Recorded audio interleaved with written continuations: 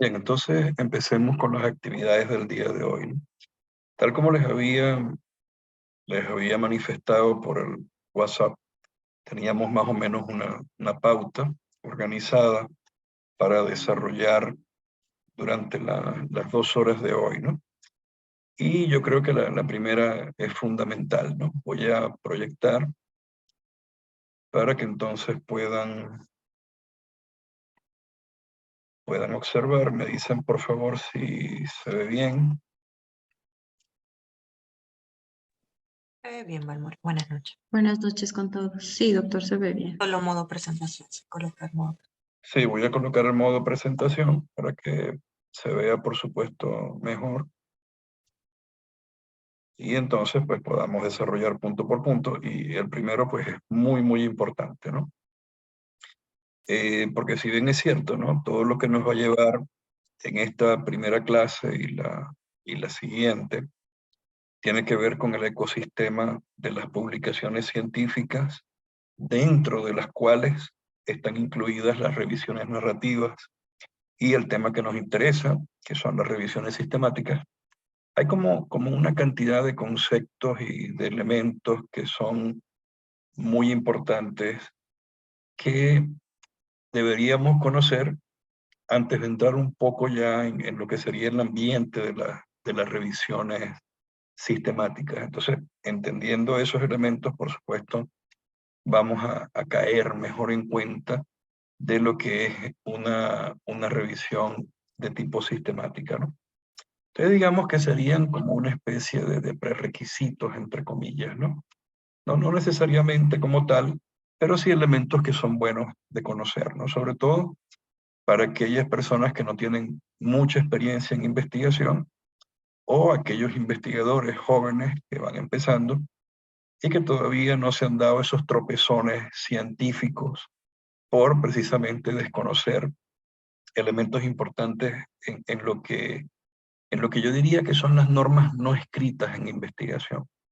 Cosas que no aparecen en los libros de metodología, no nos enseñan tampoco, no hay cursos de eso, pero que definitivamente es importante para mejorar el desempeño y el rendimiento de nosotros como investigadores.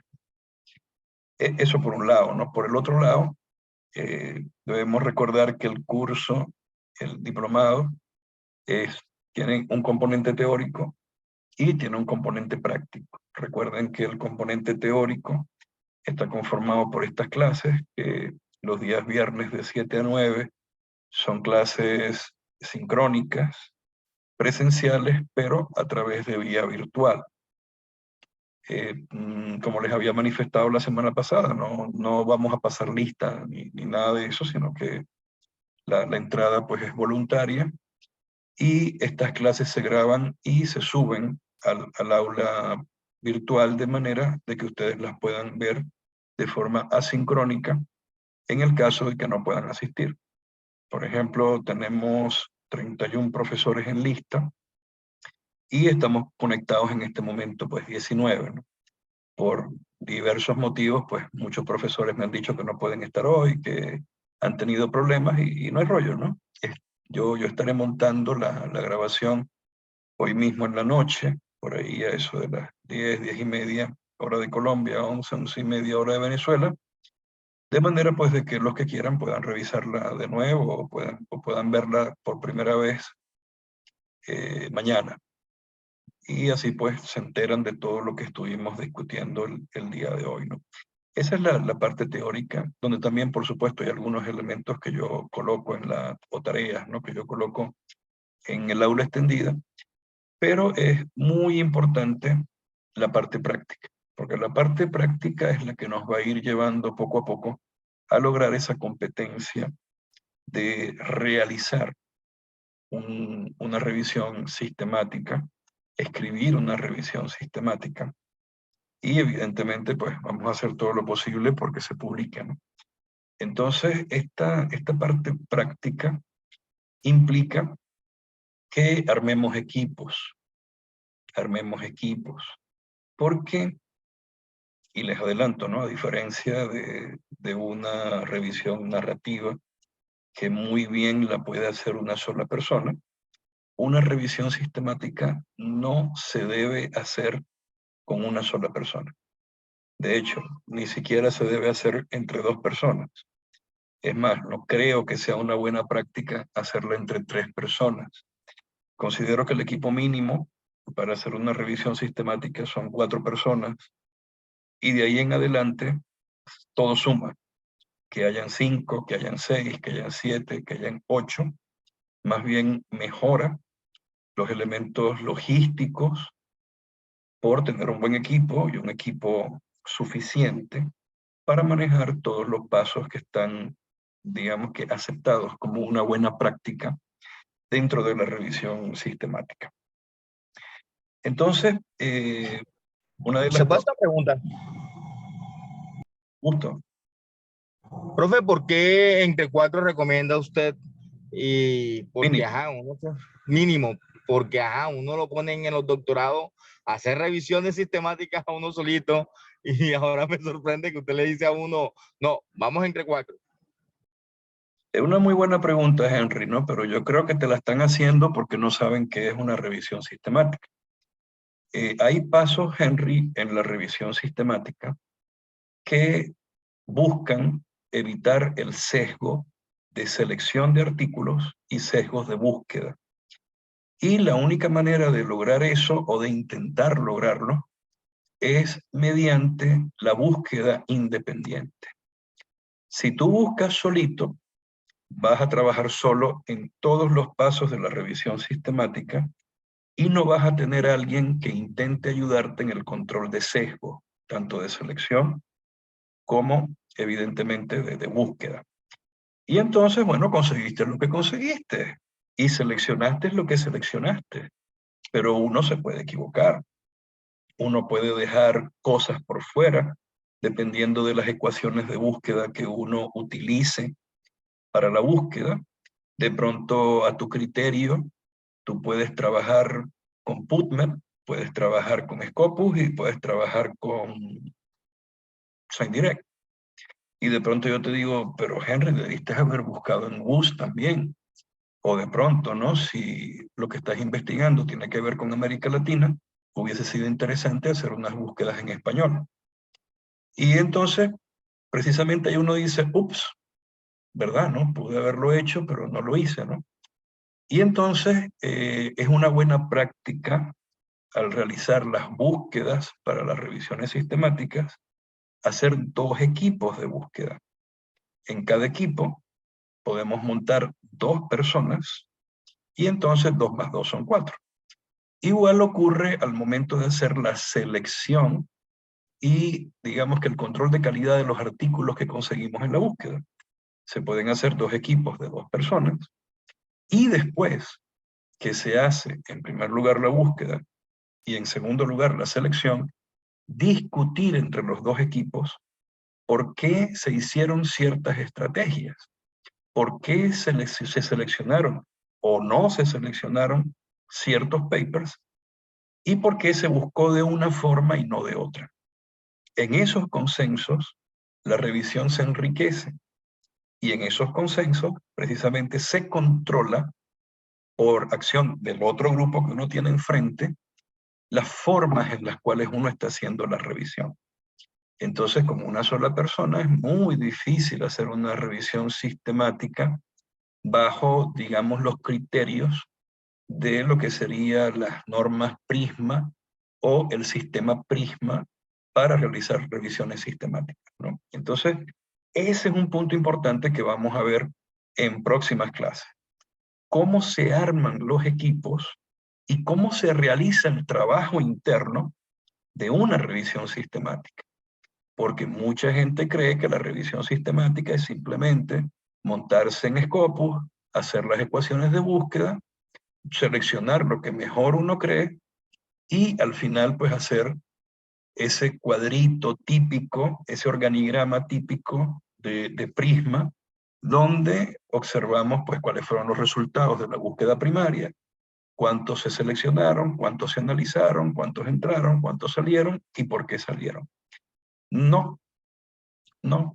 hacer una revisión sistemática no es únicamente establecer ecuaciones de búsqueda y hacer ese organigrama, ¿no? Que bien pues muestran todos los papers que ustedes vean de revisiones sistemáticas hechas con o bajo, entre comillas, y subrayado, con la metodología Prisma, ¿no? Sino que hay, digamos que un andamiaje alrededor de la revisión sistemática que en verdad es lo que va a sustanciarla como revisión sistemática. Y lo más bonito de esto es que una buena práctica dentro de la revisión sistemática es hacer el proyecto de la revisión sistemática y publicar el proyecto. Porque entonces ahí es cuando uno empieza a ver que la revisión sistemática es un tipo de investigación de tipo bibliográfica. Entonces ahí es donde está el punto. A veces uno creer que sabe lo que es la revisión sistemática y es algo que va mucho más allá de una revisión narrativa. Todo tiene sus espacios, ¿no? Todo tiene sus espacios. Yo no soy enemigo de las revisiones narrativas, de hecho me encantan. Pero la revisión sistemática ya es otra cosa, ¿no? Y eso es lo que yo quiero que el grupo vaya trabajando, que viva el proceso de la revisión sistemática, para que sea primero un defensor, ¿no? De una revisión sistemática bien hecha, pero también cuando le vengan a uno con cuentos, uno tenga el argumento para decirle a esa persona, no, eso que me estás diciendo no es una revisión sistemática. Porque acorde con las normativas de Prisma, una revisión sistemática requiere esto y esto. Es más, para el registro del proyecto de una revisión sistemática, hay que llenar nada más y nada menos que 32 ítems que describen el trabajo que vamos a hacer cuando empecemos la revisión. Y eso se hace en una base de datos, en varias bases de datos, pero digamos que la más importante se llama Próspero. Próspero es una iniciativa de una universidad del Reino Unido que se encarga precisamente de hacer el registro de los proyectos de revisiones sistemáticas. Entonces, fíjense esto, ¿no? Fíjense esto, muchachas y muchachos, ¿no? Por aquí ahí hice como una especie de propuesta, es una propuesta, de agrupación de los cursantes que tenemos hasta este momento, ¿no? Espero pues no haber omitido a alguien. Si alguien no se ve en la lista, por favor me lo puede comunicar de una vez. Pero más o menos esto sería como que, a ver, un plan general que no tiene por qué ser exclusivamente de esta manera, ¿no? Pero es lo que más o menos me pareció que podrían ser como que buenos grupos, ¿no? En la parte superior izquierda, ustedes podrán ver que tenemos investigadores y profesores de Valledupar, ¿no? Como están todos en Valledupar, pues suena lógico, a lo mejor no, pero suena lógico que todos estén en un gran grupo, ¿no? Y por allí, pues la profe Lorena me orientó en que en general estos grupos trabajan bien sea con psicología clínica o bien sea con psicología política o social. Entonces, atendiendo, ¿no?, a lo que les había conversado de que un grupo ideal debería ser más de 4, de pronto en Valledupar, y ustedes pues me corregirán, podríamos sacar 2 grupos de profesores que posiblemente atiendan a estas 2 temáticas, ¿no? Esto es simplemente una propuesta, ¿no? No tiene que ser pues una cuestión definitiva. En segundo lugar, tenemos otro grupo por acá también interesante, donde hay profes de Barranquilla, de la Universidad Simón Bolívar, y está la doctora Eneida Fonseca, que es de Bogotá. Aquí se nos forma también pues un grupo interesante que tiene pues 6 personas, sería un grupo bueno para trabajar con revisiones sistemáticas, pero por supuesto es la propuesta, ¿no? Más abajo, en el siguiente en el siguiente grupo tenemos un nutridito grupo de Venezuela, que está formado casi todos por oftalmólogos de Maracaibo, donde tenemos 1, 2, 3, 4, 5, 6, 7, 8 colegas, que siendo todos de oftalmología, pues sería interesante que armaran un grupo de revisiones sistemáticas, y yo sospecho que la revisión va a ser en oftalmología. Aquí en el centro tenemos un grupo de Ecuador, de la ciudad de Cuenca, donde tenemos a Claudio, a Christopher, a Rina y a Marixa, donde me imagino, ¿no?, por ser de Ecuador y ser de la misma ciudad, sería lógico que pudieran trabajar juntos, ¿no? Y por último, un grupo donde tenemos 3 colegas de Chile, Lice y Diana, que trabajan en nutrición, Jorge creo que es biólogo, y está la profe Hazel Anderson de Venezuela, que también es nutricionista, y de pronto, por las disciplinas, digamos que podrían ser afines y podrían trabajar probablemente pues en la misma temática, ¿no? Entonces, más o menos esta es una organización, digamos, propuesta que, digamos, planteo aquí en el grupo para que discutamos, ¿no? Para que discutamos y ver, pues, si pudiese ser viable esta organización. Quisiera primero, pues, con el primer grupo, el grupo de Valledupar, ver qué opinan. Me gustaría, pues, escucharlos, de manera de ver si se puede establecer allí, se pueden establecer los primeros 2 grupos, ¿no? Entonces, pues, les escucho. Hola, buenas noches. Rosana Camelo de Valledupar. Buenas noches, Rosana. Bueno, la verdad, como mi lugar de enunciación es la psicología política, sería muy feliz de participar en el equipo de psicólogos o desde Valledupar que trabajan desde este campo, que tienen algún interés en desarrollar una revisión sistemática desde la psicología política o social crítica. Igual estaría allí. Yo creo que no. Ahí está Adriana Costa Ramos, que también está en el campo de la psicología política, y bueno, ya habría que conversar con otros compañeros o que abran sus micrófonos para que manifiesten pues en qué campo de los 2 que usted propone participaremos en esos equipos para las revisiones sistemáticas. Gracias. De nada. Buenas noches. Buenas noches, profe. Hola, profe. Mi nombre es Margaret Arzuaga, soy de Valledupar. Yo soy ingeniera industrial. Usted me colocó dentro del campo de psicología clínica, pero yo trabajo el campo organizacional. Entonces hay otras compañeras también de la universidad que trabajan en ese campo. No sé si podemos dividir y también abrir la posibilidad de ese campo, porque no manejo ni el campo clínico ni el político legal, porque soy ingeniera industrial. Entonces, esa observación. Sí, no hay ningún problema, ¿no? Yo creo, o sea, primero recuerden, ¿no? Esto fue como una especie de organización tentativa, ¿no? Yo creo que hacia el interior los grupos tienen que conversar, tienen que, digamos, establecer acuerdos, tienen que conversar mucho para ver cómo sería la organización de esos grupos, ¿no?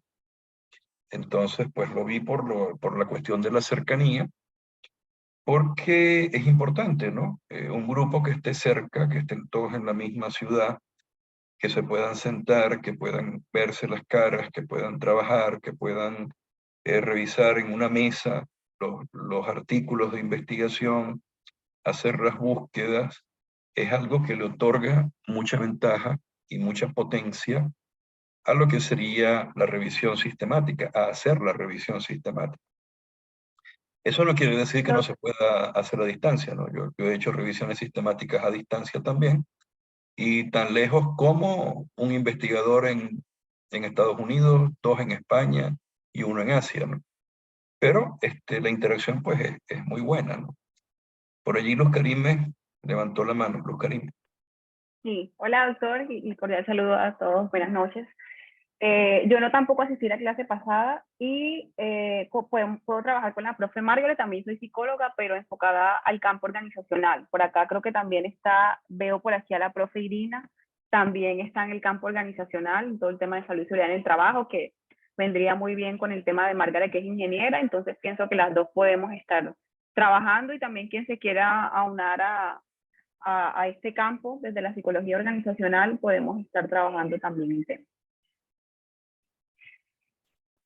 Sí, me parece bien. Yo creo que ustedes son los que tienen que establecer esa unión, o sea, conversar y resolverlo, ¿no? Porque ese es el primer paso que uno generalmente tiende a buscar resolver, y por eso no es casualidad este primer acercamiento. Okay. Profe, ¿quién es mi grupo de trabajo? Profe, disculpe, qué pena que yo no estuve en la primera reunión. ¿Perdón? ¿Quién es mi grupo de trabajo?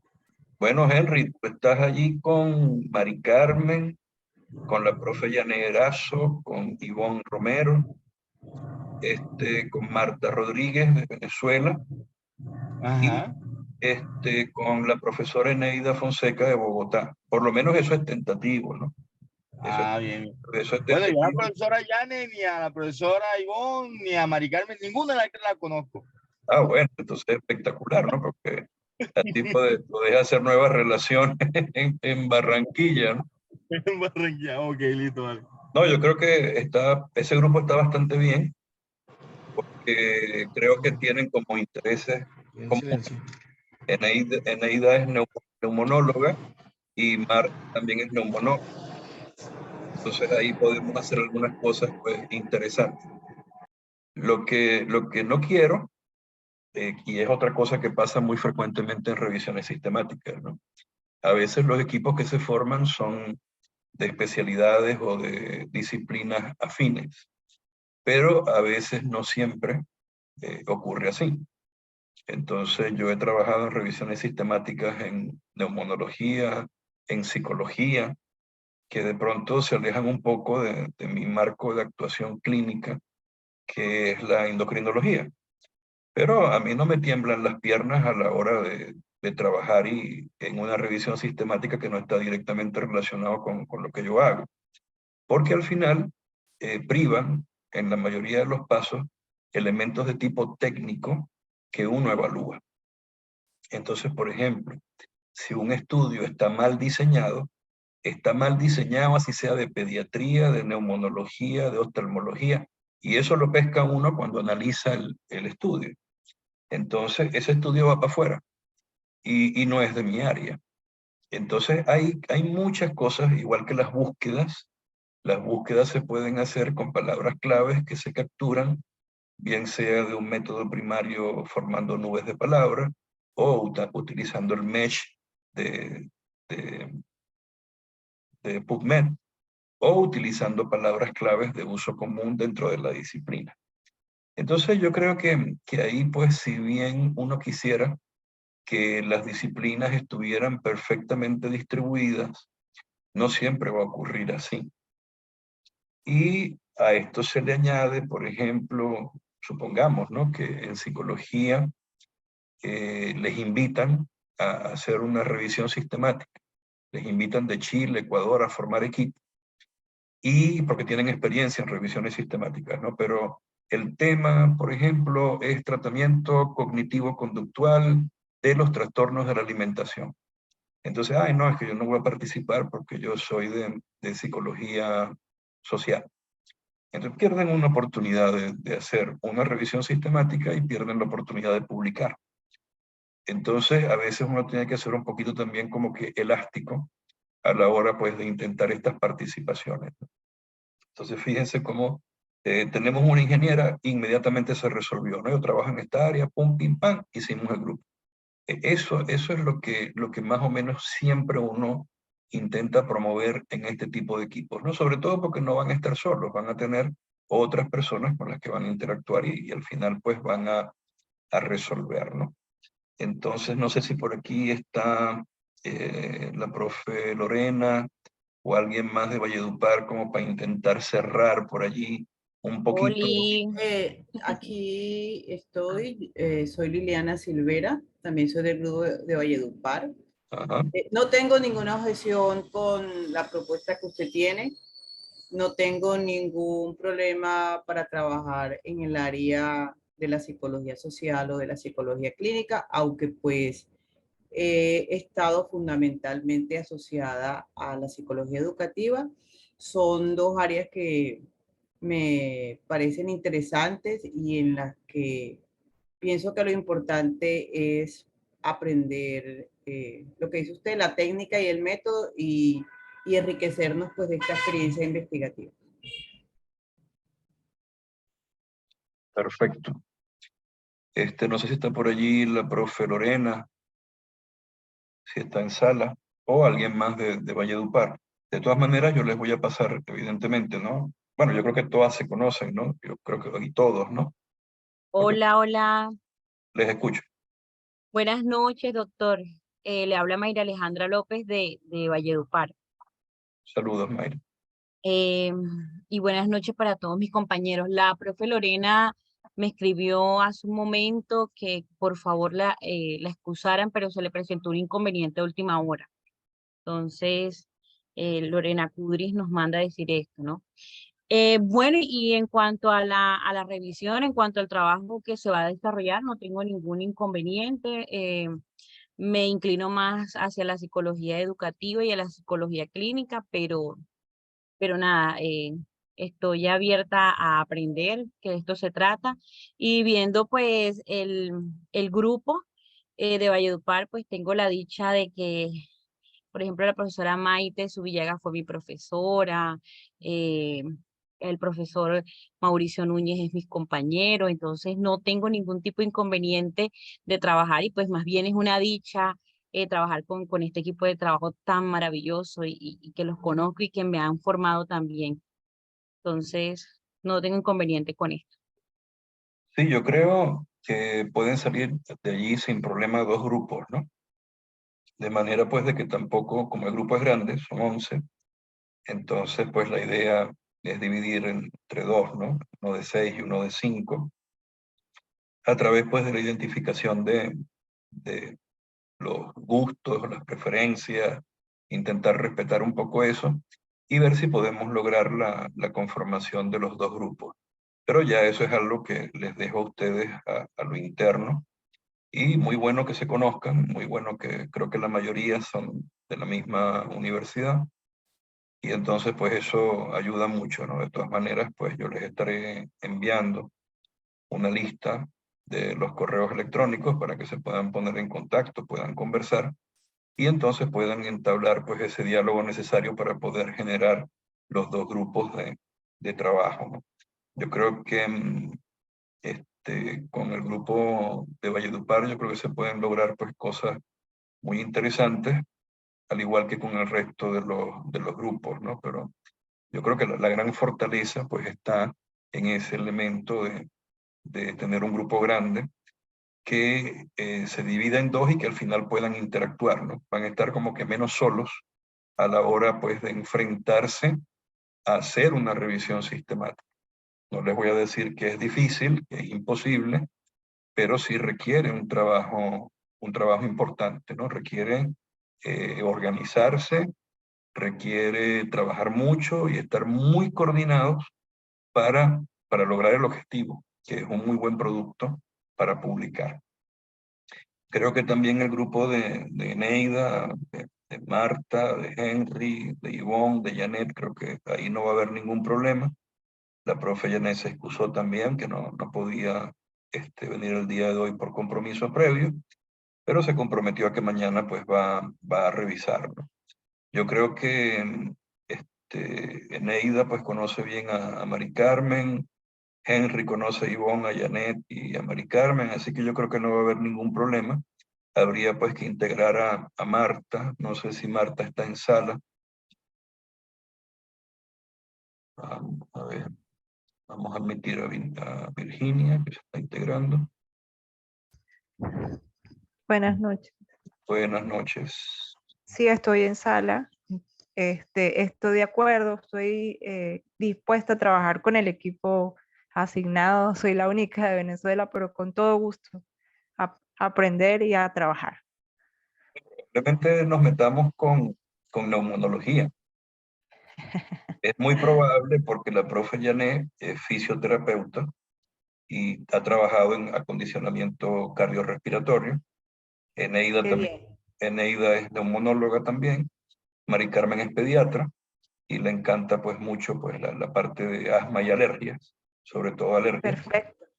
Y Henry, bueno, Henry es un todero. Henry le mete a todo y es un experto en estadística, ¿no? Entonces, creo que el grupo está como que bastante bien conformado, está equilibrado, porque hay experiencia clínica y hay experiencia en investigación.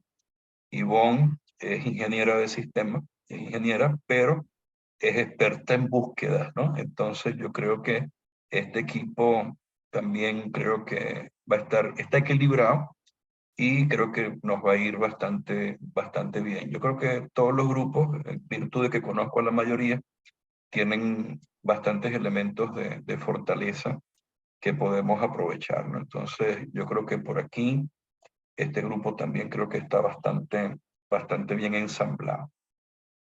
Excelente, de acuerdo. Súper. Y entonces, bueno, seguimos con el orden. Y entonces tenemos el grupo de oftalmología.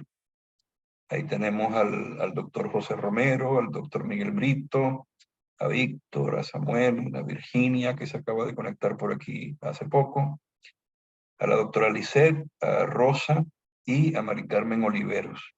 ¿Hay alguien del grupo por aquí? Yo creo que ese grupo no va a tener problemas, ¿no? Pero de todas maneras sí me gustaría, pues, que alguno de los representantes del grupo nos conversara, ¿no? Por si acaso. Hola, buenas noches, doctor. Le habla. Yo creo que no va a existir ningún problema y creo que después todos en el grupo nos colocaremos de acuerdo. No estamos en el mismo estado, pero eso no es un inconveniente. Creo que va a ser un interesante trabajo entre todos los miembros. Oye, es interesante porque todos están metidos en la oftalmología, ¿no? Creo que únicamente uno, creo que Víctor, que no es oftalmólogo, pero me dice que me comentó que le gustaba la oftalmología y que no tenía ningún problema, ¿no? Entonces, digamos que este es el grupo más homogéneo y creo que es el que probablemente va a tener menos problemas a la hora de decidir sobre qué va a ser la revisión sistemática. Entonces, también pues la fortaleza de este grupo está precisamente en la homogeneidad, ¿no? Entonces, viéndolo desde esa óptica, pues tal vez va a ser algo que les va como que a ahorrar tiempo y a facilitar las tareas, ¿no? Entonces, es interesante, ¿no? Y sí, posiblemente tengan relativamente poca experiencia en publicaciones, pero precisamente para eso es que estamos, ¿no? Estamos precisamente para conversar y en las asesorías, pues ayudarles a escribir, ¿no? Y eso es otra cosa, pues que tenemos que hablar ahora, dentro de algunos minuticos, ¿no? Cómo va a ser la asesoría desde el punto de vista práctico. Entonces, bueno, yo creo que el grupo de oftalmología, yo creo que no va a tener tampoco mayor problema. Por aquí también tenemos el grupo de Ecuador, de la ciudad de Cuenca, que está conformado por Claudio, por Christopher, por Rina y por Marixa, ¿no? Yo creo que todos se conocen. No sé quién podría hablar por el grupo de Cuenca, si están todos aquí. Por ahí creo que vi a Rina que se conectaba. Doctor, buenas noches con todos. Es un gusto estar compartiendo con ustedes este espacio. Sí, los cuatro tenemos contacto, yo creo que podemos organizarnos perfectamente y ya incluso habíamos conversado el día de hoy sobre que cuál es el tema o la línea por la que nosotros quisiéramos ir. Como usted conoce, coordino la maestría en obesidad en la ciudad de Cuenca y nos gustaría mucho irnos por ese tema, tal vez trabajar en conjunto con compañeros que nos puedan aportar en esa rama. El grupo en realidad está conformado por médicos, el grupo ecuatoriano, pero el aporte en general para nosotros al conocer el manejo de la obesidad, pues es importante en todos los aspectos, ¿no? Nutricional, el aspecto psicológico, por lo que para nosotros sería una gran experiencia el aporte de todas las áreas. Gracias. Perfecto. No sé si alguien más de Ecuador quisiera hablar, Marixa o Claudio o Christopher. No sé si están en sala porque como estoy proyectando, pues no puedo ver la lista, ¿no? Buenas noches, doctor, buenas noches con todos. Sí, justamente creo que está bien conformado el grupo y yo persono lo que dijo la doctora Rina. El día de hoy ya estábamos conversando y estábamos ya pensando justamente en esta línea de obesidad. Y también estábamos pensando en ver si es que podemos hacer con alguien más, con nutricionistas o algo que está formado aquí dentro de este diplomado para que también se fortalezca nuestro grupo. Bien, perfecto. De hecho, el siguiente grupo, el grupo de la profe Hazel, Diana, Lice y Jorge, es un grupo donde, como les había mencionado al principio, pues tenemos 3 nutricionistas. Y Jorge creo que es biólogo. Entonces existe la oportunidad, yo lo llamo como oportunidad de que los 2 grupos se pudieran fusionar y trabajar con un buen grupo de 8, de pronto en un tema que sea conexo y de interés para los 2 grupos, que de seguro pues muy bien podría ser obesidad, porque Diana trabaja con obesidad, Lice también ha trabajado con microbiota y obesidad, la profe Hazel, por supuesto. Y entonces, pues yo no creo que habría problemas desde el punto de vista del tema, ¿no? Pero habría que ver si el grupo de Chile les parece trabajar, digamos, individualmente, pues como grupo, o si les parece bien hacer la prueba de intentar, pues, trabajar en conjunto con Ecuador. Entonces, no sé si Lisette, Diana, Jorge, no sé si la profe Hazel está por aquí.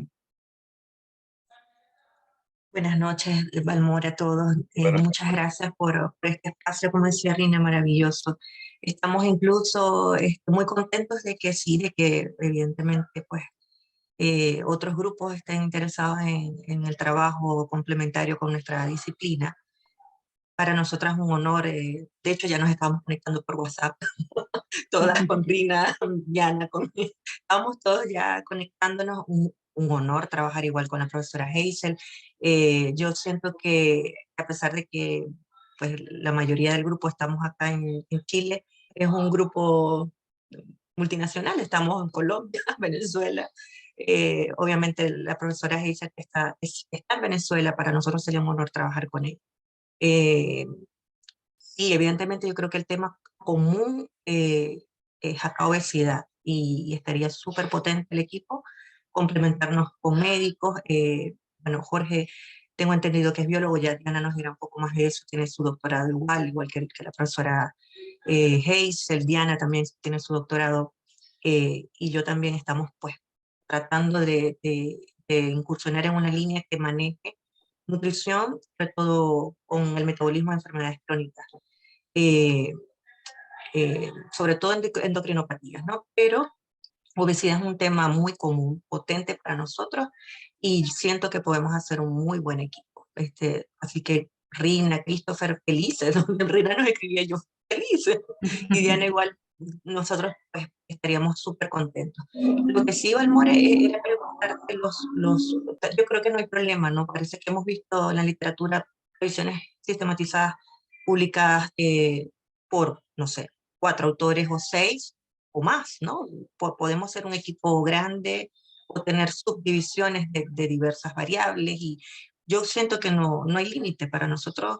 Feliz, de mi parte, sé que Diana, bueno, estaba allí en el WhatsApp, feliz también.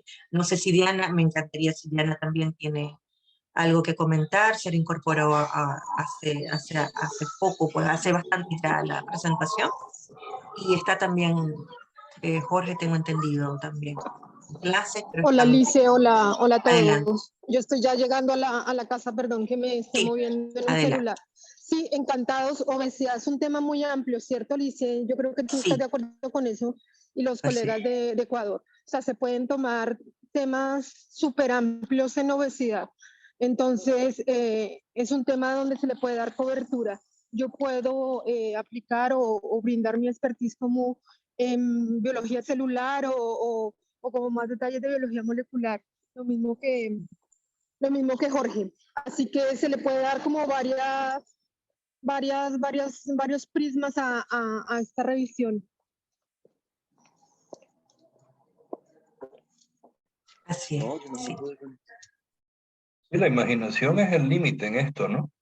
Y por supuesto, algunos elementos de tipo logístico que hay que, digamos, respetar como una buena práctica dentro de la realización de una revisión sistemática. El ICE ha sido víctima de lo que es la confusión en los conceptos de revisión sistemática y una revisión no sistemática. Y yo estaba ahí en el equipo, ¿no?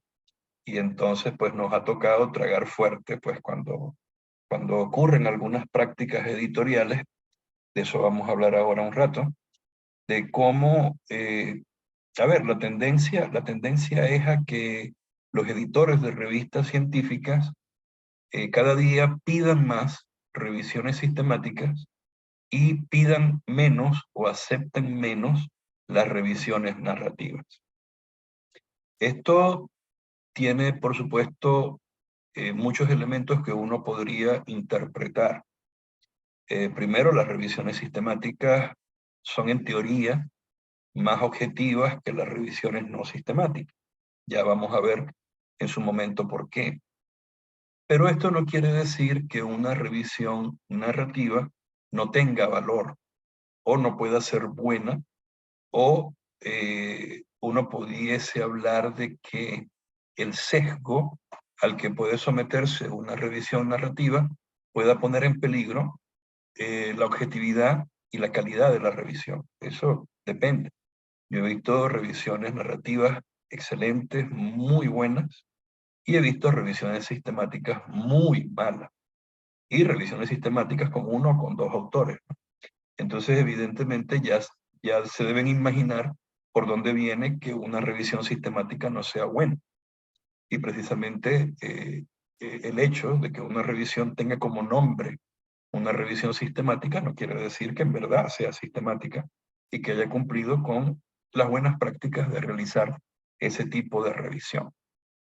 Entonces, bueno, yo creo que si Chile y Cuenca se unen, creo que también se va a formar otro grupo pues muy potente, gravitando alrededor de lo que sería el gran tema, ¿no? de obesidad.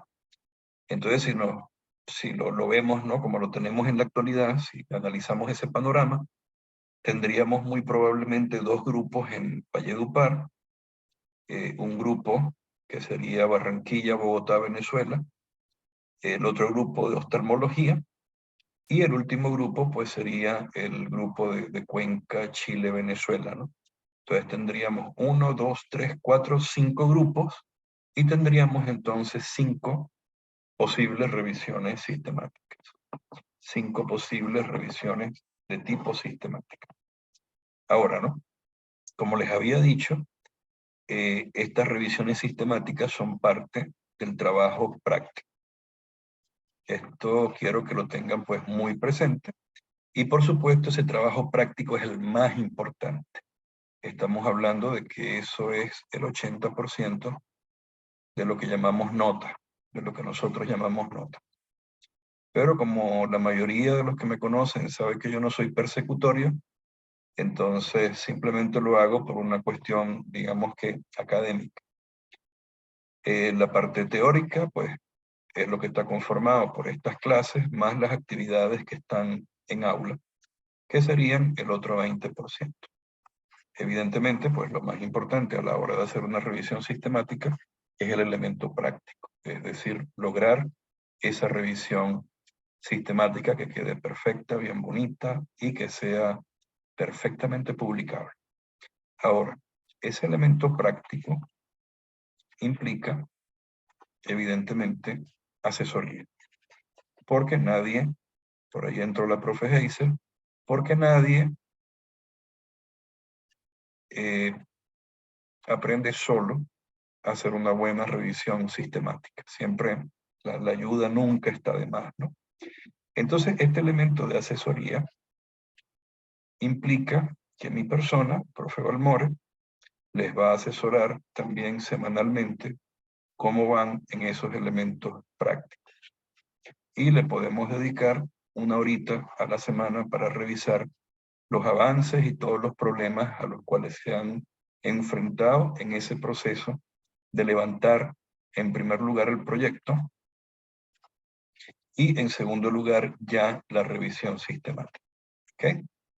Entonces, ya cuando el grupo esté conformado, cuando el grupo esté listo, cuando ya tengan ya una perspectiva de lo que más o menos podría ser la revisión sistemática, y eso podría ser toda la semana que viene y parte de la otra semana arriba, el grupo ya ensamblado me va a transmitir cuándo nos podemos reunir una horita, una vez a la semana, para hacer la asesoría. No tiene que ser todo el grupo, ¿no? De pronto 2 o 3 personas del grupo que lo representen se reúnen conmigo y eso puede ser de carácter rotativo. Un día o una semana nos reunimos 3, después nos reunimos otros 2 o otros 3 del grupo, pero lo importante pues es hacer la asesoría y yo saber cómo va el proceso de levantamiento de la revisión sistemática y con qué problemas se han enfrentado, ¿no? Entonces esto no es para ahora, pero sí para que ya ustedes vayan sabiendo pues que tenemos estas 2 horas de reunión los viernes, a las cuales pueden entrar o no. Pero la reunión práctica es importante, esa horita, una vez a la semana es importante para ver cómo van, ¿no? Normalmente mis mañanas están relativamente libres, así que nos podríamos reunir muy temprano en la mañana o ya entre 11 y 12 aproximadamente. Y también en las tardes, pues también nos podríamos reunir sin mayor problema o de pronto los sábados en la mañana. Eso es algo que podemos ir pautando ya hablando personalmente pues con cada uno de los grupos, ¿no? Difícil los lunes, los miércoles y los jueves, porque tengo clase de estadística en la noche y la clase es de 7 a 9, ¿no? Entonces prácticamente eso me corta la posibilidad de trabajar en la noche con ustedes fuera de lo que es el viernes y lo que es el martes, ¿no? Entonces, pues allí es algo que tenemos pues que ir resolviendo con el tiempo. Entonces, bueno, grupo, no sé si tienen alguna pregunta, alguna duda, alguna inquietud.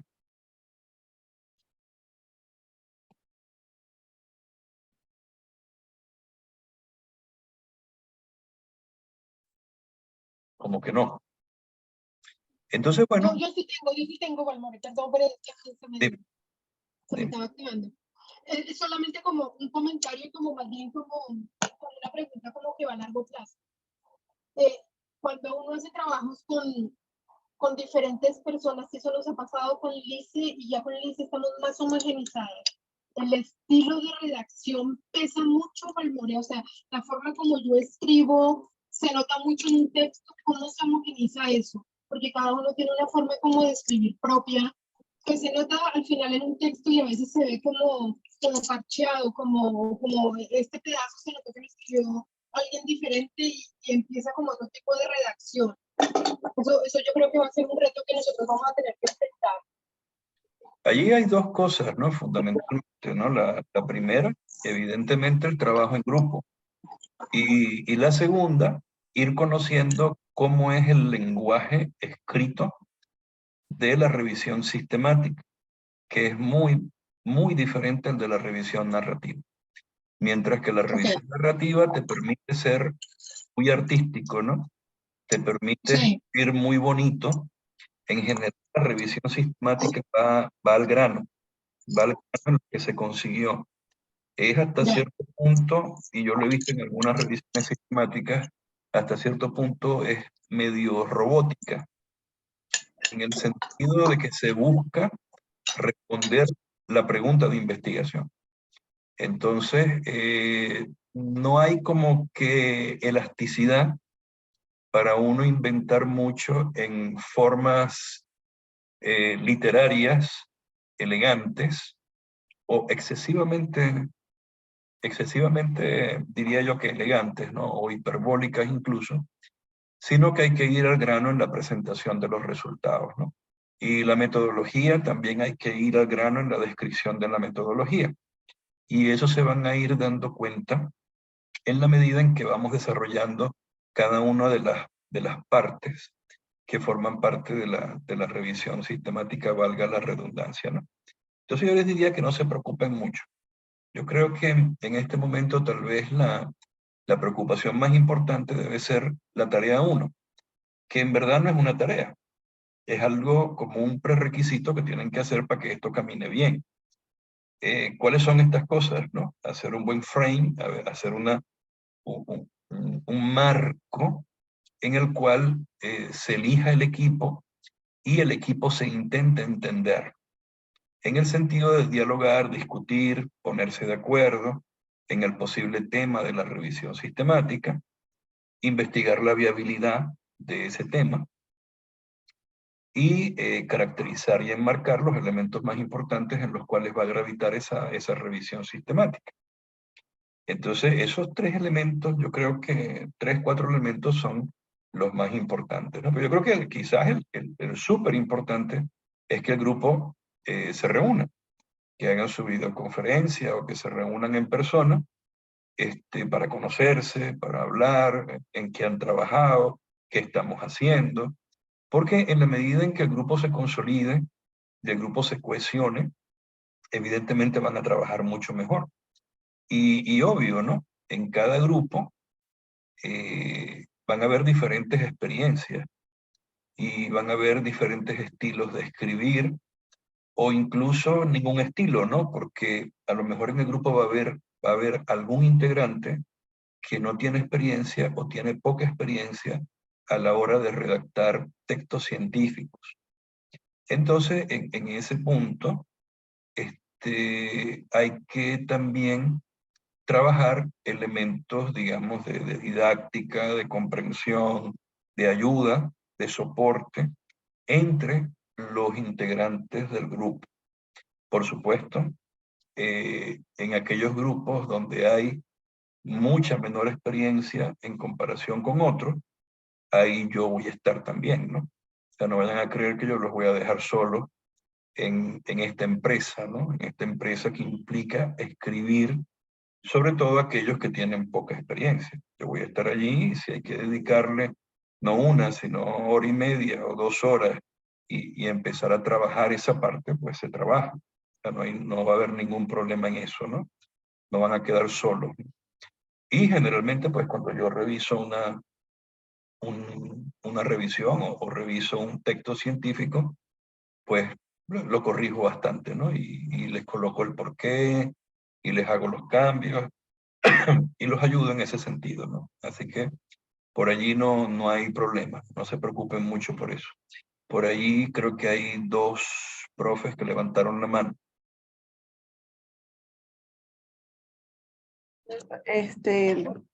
El comentario es en torno a eso que usted manifiesta, interesante que haya una cohesión en el grupo a la hora de trabajar, ¿no?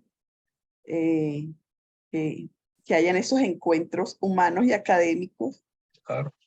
Para el ejercicio me parece interesante eso que usted nos está manifestando y también pues como va a ser un grupo diverso,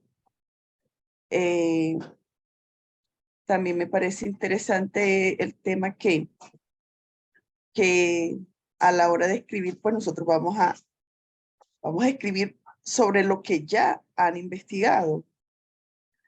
Y la pregunta es, que me llama mucho la atención, es el proyecto que nosotros vamos a diseñar antes de hacer la sistematización o la revisión sistemática. Me llama mucho la atención. ¿Cómo va a ser eso? O sea, si va a tener todos los pasos de un proyecto de investigación o tiene alguna diferencia. Es eso, profesor. Es mucho, ¿no? No es el proyecto que normalmente uno hace con los estudiantes de pregrado o de posgrado, ¿no? De hecho, no tiene prácticamente nada que ver. El proyecto, el proyecto es muy corto. El proyecto es muy sintético, muy sintético, y lo que nos lleva fundamentalmente es a registrar paso a paso cuáles van a ser nuestras tareas para el momento en que vamos a hacer la revisión. Es un mapa, es una hoja de ruta de todo lo que vamos a hacer, incluyendo las estrategias de búsqueda. Allí muere el protocolo. El protocolo muere en las estrategias de búsqueda, porque de ahí para adelante ya es la revisión sistemática. Entonces, ese registro, o ese protocolo, perdón, se registra en una página web que se llama Próspero, y que yo les voy a explicar cómo se carga el proyecto dentro de la plataforma. Porque entonces esa plataforma, esa información que ustedes carguen en la plataforma, se va a un sitio web en Reino Unido, la Universidad de Kent, y allí ese proyecto se evalúa y se le da la bendición y se les dice, tranquilo, pueden iniciar su revisión sistemática, y ese proyecto se publica, recibe DOI y se puede citar. Y es un elemento muy importante porque es una forma de avisar a otros investigadores que ya hay personas, ya hay investigadores trabajando en una revisión sistemática que tiene nombre, apellido y objetivos. Y es una advertencia a la comunidad científica de que no se metan por esa vía, porque ya hay gente que está trabajando en esa revisión sistemática específica. Entonces es como una vacuna para que la comunidad científica sepa que ustedes están trabajando con una pregunta de investigación específica, con objetivos específicos, en un tema muy específico.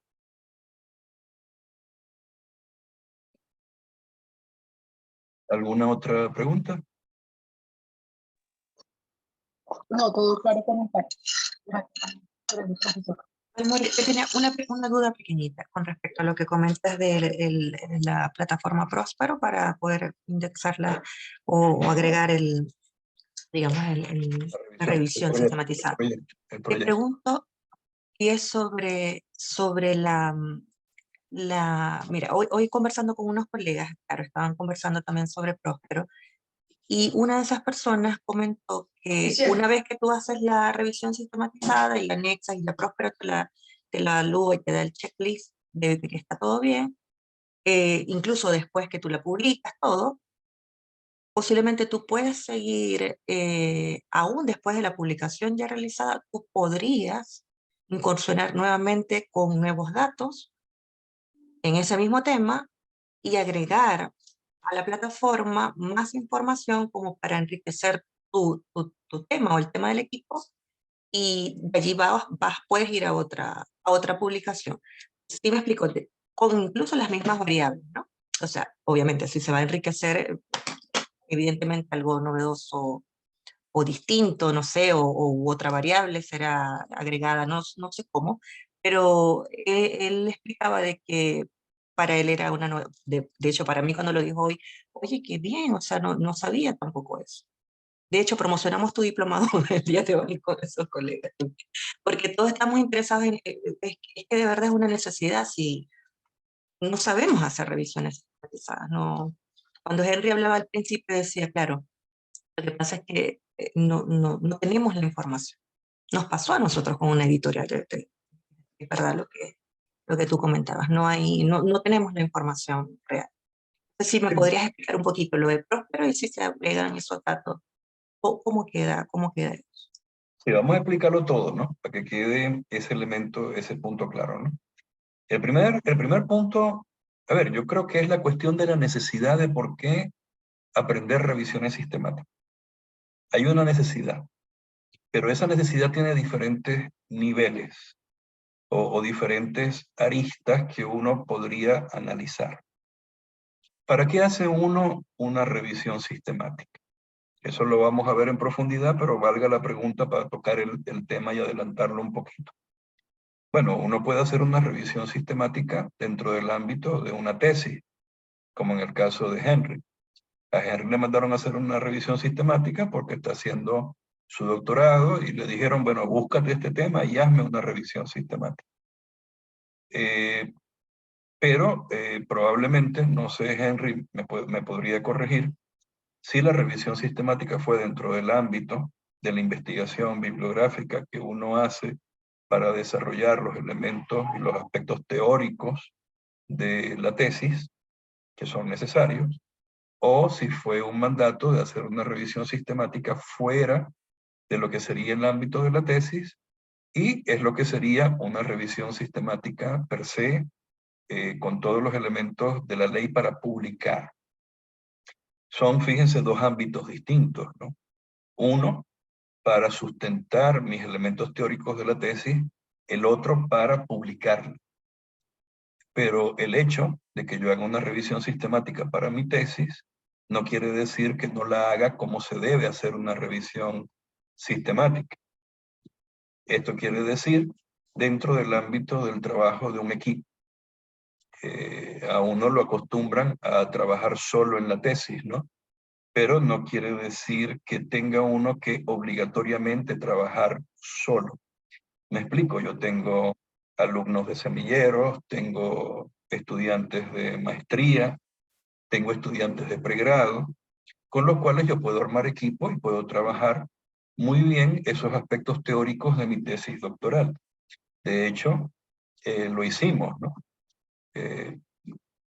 Lice trabajó conmigo en su tesis doctoral y ella trabajó conmigo en la mía. Entonces, estaban nuestros estudiantes de semillero y también estaban los estudiantes de maestría. Y trabajamos como grupo, o sea, trabajamos como equipo. Y de hecho, nuestras publicaciones son en conjunto. Nuestras publicaciones, ahí yo tengo las publicaciones de mi tesis doctoral, hay estudiantes de semillero, hay estudiantes de maestría, y eso es normal dentro de una comunidad científica, ¿no?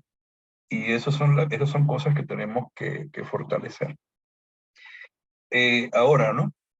¿Qué pasa con Próspero? Próspero es un sitio que nos permite subir, cargar nuestro proyecto de revisión sistemática.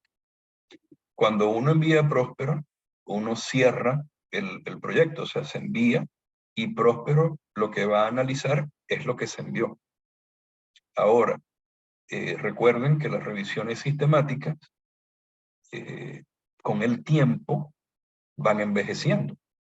Entonces, nosotros podemos hacer una revisión sistemática este año sobre obesidad, prevalencia de obesidad en el mundo, o prevalencia de obesidad en Latinoamérica, y eso dentro de 2 o 3 años ya va a estar cercano a la obsolescencia, y en 5 años está obsoleto. Eso quiere decir que está abierta la puerta para hacer la misma revisión sistemática, pero actualizada, o la misma añadiéndole otras cosas, que es lo que habla Lice. ¿Tengo que registrarla? Bueno, es una buena práctica registrar esa nueva revisión sistemática que la estamos cambiando en función del tiempo. Y de pronto también en función de la estructura. Le quiero meter cosas nuevas, otra nueva pregunta de investigación, una mejor pregunta de investigación, y la registro también.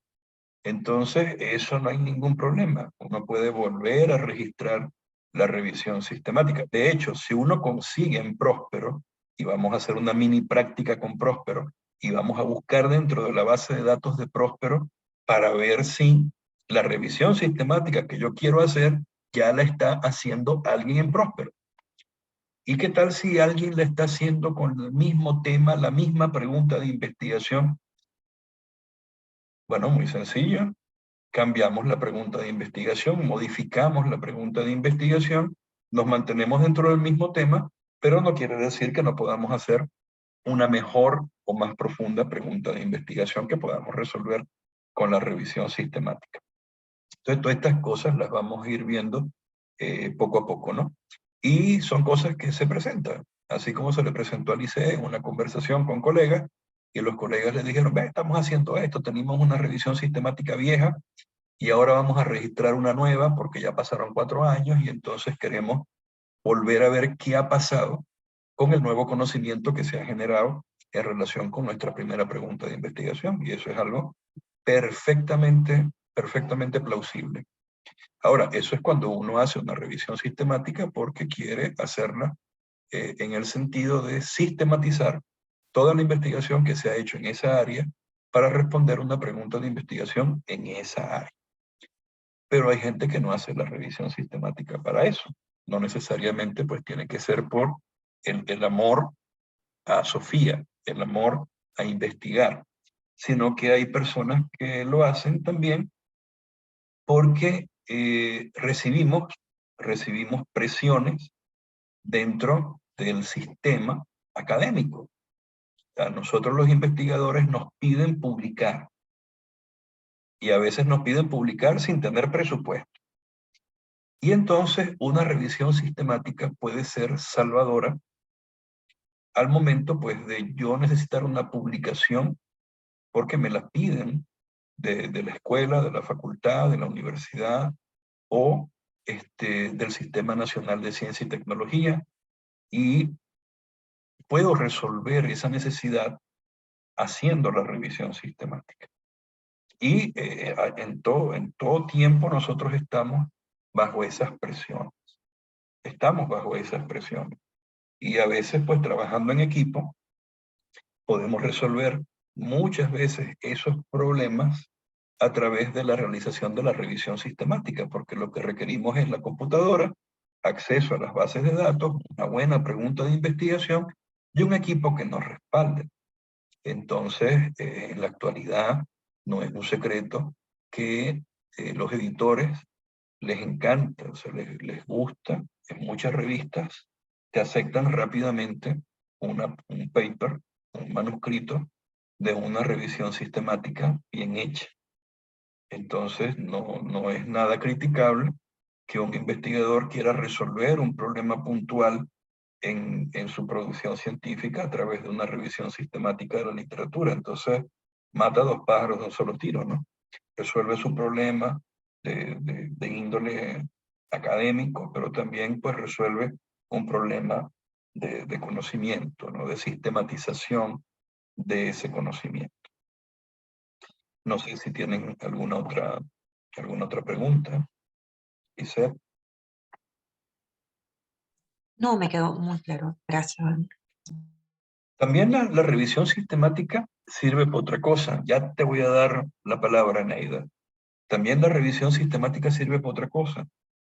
Y es que ordena el conocimiento que se produce en una disciplina, en un área específica o ultra específica del conocimiento. Permite también que yo pueda entrenar a mis estudiantes en cosas como la redacción de la pregunta de investigación, en la búsqueda en las bases de datos bibliográficas. También que los chicos y chicas aprendan a escribir, a redactar papers científicos, a que aprendan a subir datos en la web en Próspero, y que también vean cómo es la interacción entre pares académicos al momento en que uno envía la revisión sistemática a publicar. Y esto prácticamente sin requerir una cantidad inmensa de recursos económicos. Por ejemplo, a mis estudiantes de tercer año de medicina, yo les estoy enseñando a hacer revisiones sistemáticas. Y ellos están armando su protocolo de revisiones sistemáticas para estas materias que se llaman investigación 1, investigación 2 y investigación 3. Y ellos entonces van a presentar su protocolo, lo van a subir a Próspero, van a desarrollar después la revisión sistemática y la van a publicar. Entonces yo los voy a pasear por toda esa línea que también ustedes van a caminar conmigo durante el desarrollo de este diplomado. Eneida.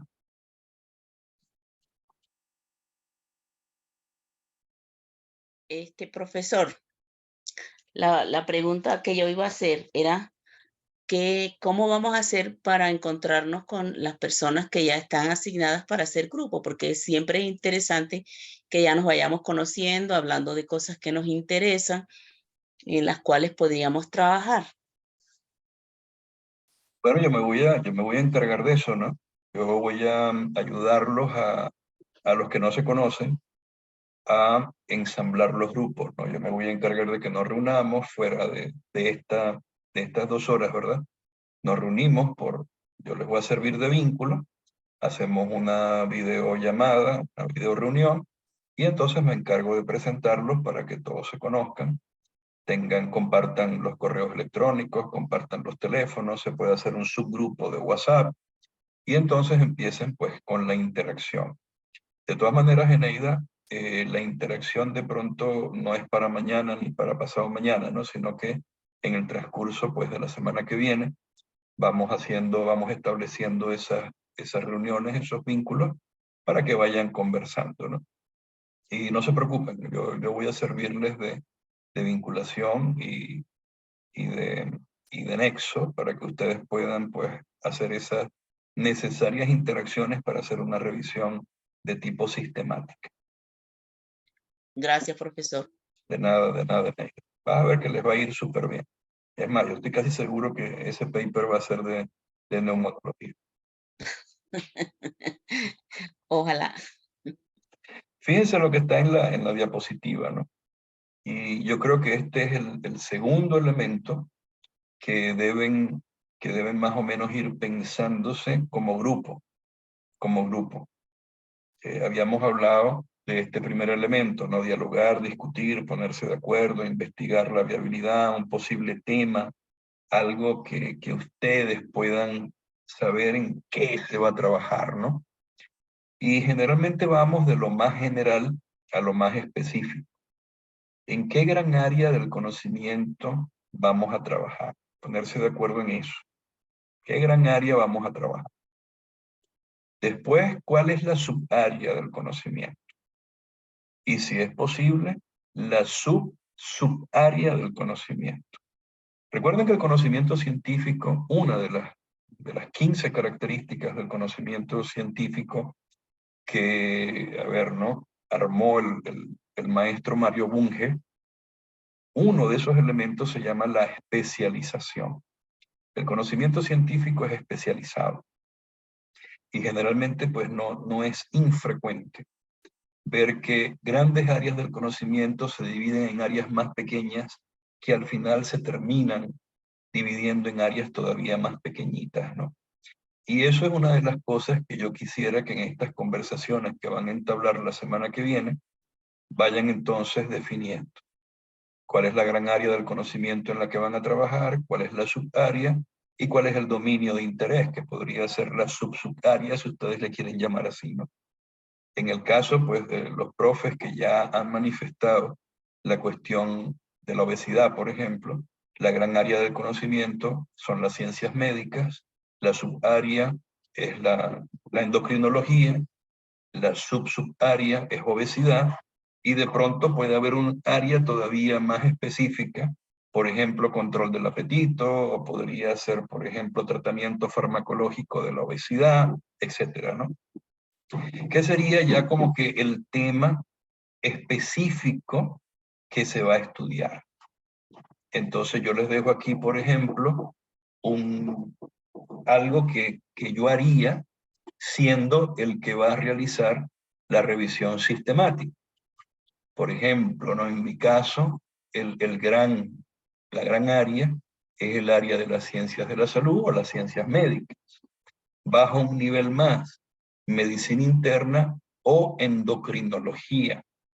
¿Puedo bajar un poquito más? Por supuesto que sí. La enfermedad tiroidea, que me encanta. ¿Y hacia dónde yo guiaría la enfermedad tiroidea o lo que es lo mismo? Casi ya como que la pregunta de investigación que yo quisiera resolver. Bueno, me gustaría trabajar en el efecto del tratamiento de combinación de T3 y T4 sobre la sintomatología característica del hipotiroidismo primario. Entonces yo no les pido en este momento que se metan, ¿no? Ya con la pregunta de investigación, no. Pero sí que definan los tres grandes campos, ¿no? El campo mayor, el cambio intermedio y el campo ya más específico. Ya tendremos tiempo de trabajar con la pregunta de investigación, ¿no? De ensamblar de forma apropiada la pregunta de investigación. Todavía estamos un poquito lejos de eso.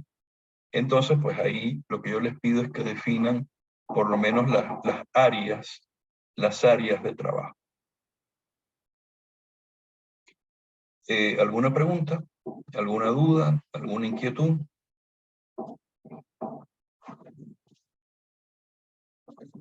No, todo claro, todo claro. Lo de las hormonas tiroideas suena súper interesante.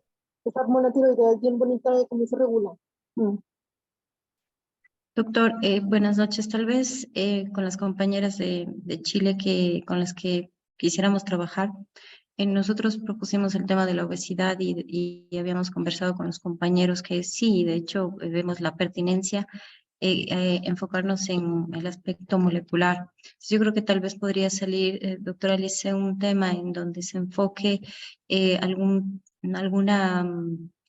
posible tema enfocado al aspecto molecular, no sé, o genético también, que sería el fuerte de ustedes. Entonces, prácticamente enfocarnos por ahí con el grupo con el que vamos a trabajar. Y entiendo que desde ahí ya saldría un tema interesante, pero nosotros ya habíamos conversado, no sé si les parece la idea de trabajar un tema sobre obesidad, pero enfocado en el aspecto molecular.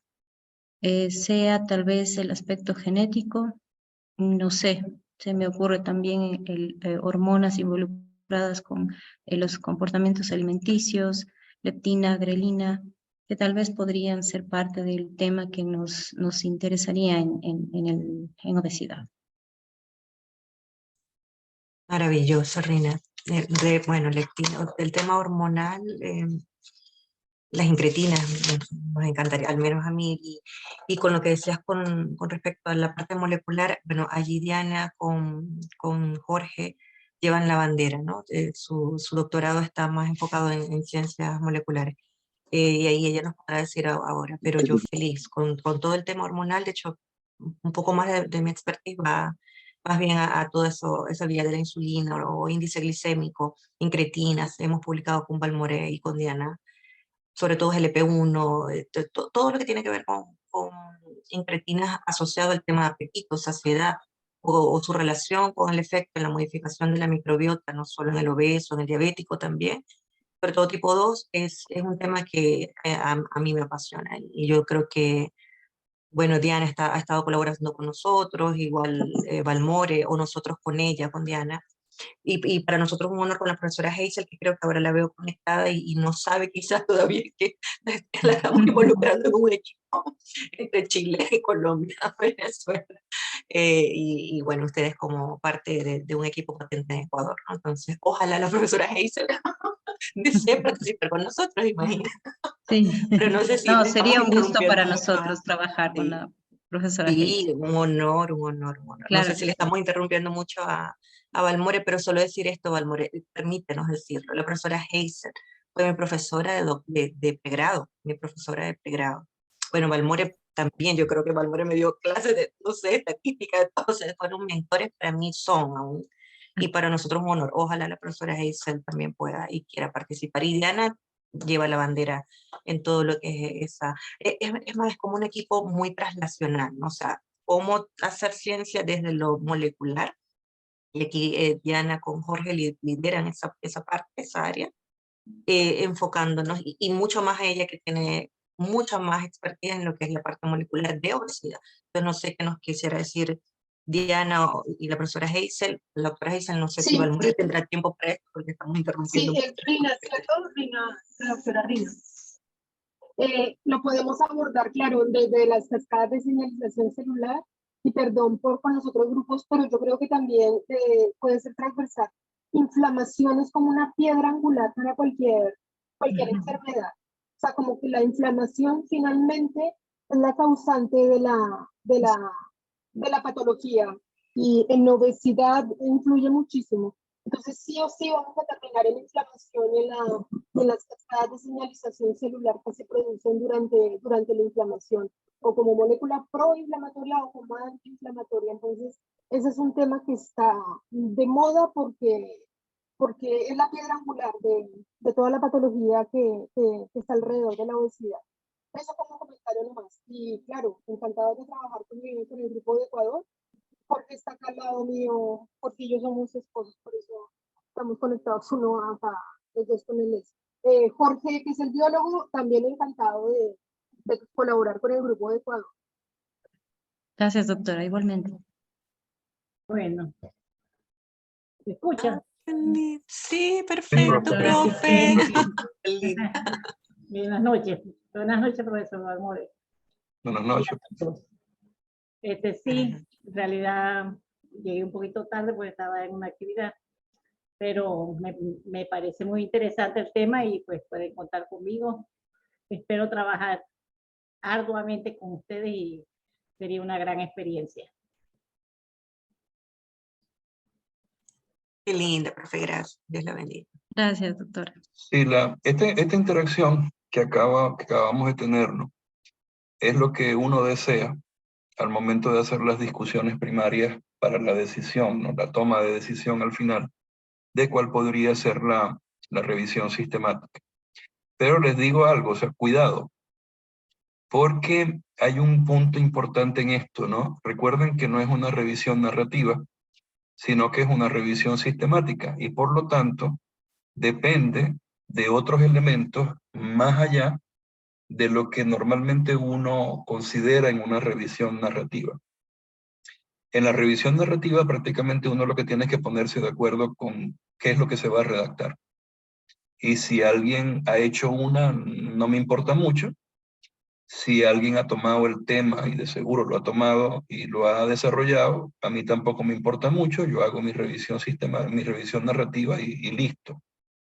Pero la revisión sistemática implica otras cosas que normalmente no vemos en una revisión de tipo narrativo.